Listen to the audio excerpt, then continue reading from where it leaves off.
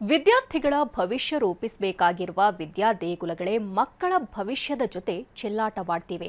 ಸರ್ಕಾರನೇ ಯಾವ ಮಕ್ಕಳನ್ನು ಫೇಲ್ ಮಾಡಬೇಡಿ ಅಂತಿದ್ರು, ಇಲ್ಲೊಂದು ಶಾಲೆ 80 ವಿದ್ಯಾರ್ಥಿಗಳನ್ನ ಫೇಲ್ ಮಾಡಿದೆ.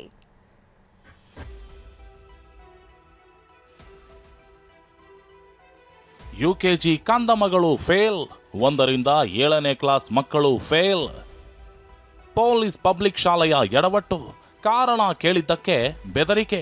8ನೇ ತರಗತಿ ತನಕ ಯಾವ ವಿದ್ಯಾರ್ಥಿಗಳನ್ನು ಫೇಲ್ ಮಾಡುವಂತಿಲ್ಲ ಅಂತ ಸ್ವತಃ ರಾಜ್ಯ ಸರ್ಕಾರವೇ ಖಡಕ್ ಸಂದೇಶ ನೀಡಿದೆ. ಆದಾಗ್ಯೂ ಇಲ್ಲೊಂದು ಶಾಲೆಯಲ್ಲಿ ಯುಕೆಜಿ ಸೇರಿದಂತೆ 7ನೇ ತರಗತಿ ತನಕ 86ಕ್ಕೂ ಹೆಚ್ಚು ಮಕ್ಕಳನ್ನ ಫೇಲ್ ಮಾಡಲಾಗಿದೆ. ಕೋರಮಂಗಲದಲ್ಲಿರೋ ಪೊಲೀಸ್ ಪಬ್ಲಿಕ್ ಶಾಲೆಯಲ್ಲಿ ಇಂತಹದೊಂದು ಕೃತ್ಯ ನಡೆದಿದೆ. ಶೈಕ್ಷಣಿಕ ವರ್ಷದಲ್ಲಿ ಪ್ರಗತಿ ಸಾಧಿಸಿಲ್ಲ ಅಂತ ಮಕ್ಕಳನ್ನ ಫೇಲ್ ಮಾಡಿ ಮತ್ತೆ 1 ವರ್ಷ ಅದೇ ತರಗತಿಯಲ್ಲಿ ಓದಿ, ಇಲ್ಲದಿದ್ರೆ ಟಿಸಿ ತಗೊಂಡು ಹೋಗಿ ಅಂತ ಪೋಷಕರಿಗೆ ಧಮಕಿ ಹಾಕ್ತಿದ್ದಾರಂತೆ. ವಿಪರ್ಯಾಸ ಅಂದ್ರೆ ಯುಕೆಜಿ ಮಕ್ಕಳನ್ನು ಫೇಲ್ ಮಾಡಲಾಗಿದೆ.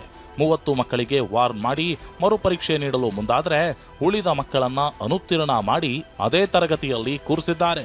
ಇಲ್ಲಿ ಓದುವ ಬಹುತೇಕ ಮಕ್ಕಳು ಪೊಲೀಸ್ ಇಲಾಖೆಯಲ್ಲಿ ಕರ್ತವ್ಯ ನಿರ್ವಹಿಸುವ ಸಿಬ್ಬಂದಿಯ ಮಕ್ಕಳೇ ಇದ್ದು ಧೈರ್ಯದಿಂದ ನೋವನ್ನ ಹೊರಹಾಕಲು ಆಗದೆ ಪೋಷಕರು ಕಣ್ಣೀರು ಹಾಕ್ತಿದ್ದಾರೆ.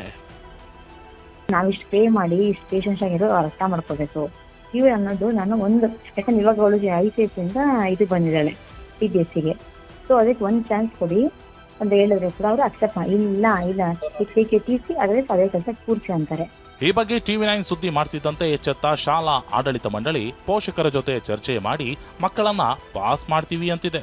ಪೋಷಕ ಹತ್ರ ಚರ್ಚೆ ಮಾಡ್ತೀವಿ, ಆದಮೇಲೆ ಕಮಿಟಿ ಹತ್ರ ಚರ್ಚೆ ಮಾಡ್ತೀವಿ, ಆದಮೇಲೆ ಎಲ್ಲ ಪೋಷಕ what ever take responsibility and ಎಲ್ಲ ಮಕ್ಕಳಿಗೆ ಪಾಸ್ ಮಾಡ್ತೀವಿ, ಬೇರೆ ಕ್ಲಾಸ್ಗೆ ಪಾಸ್ ಮಾಡ್ತೀವಿ, ಪ್ರಮೋಟ್ ಮಾಡ್ತೀವಿ.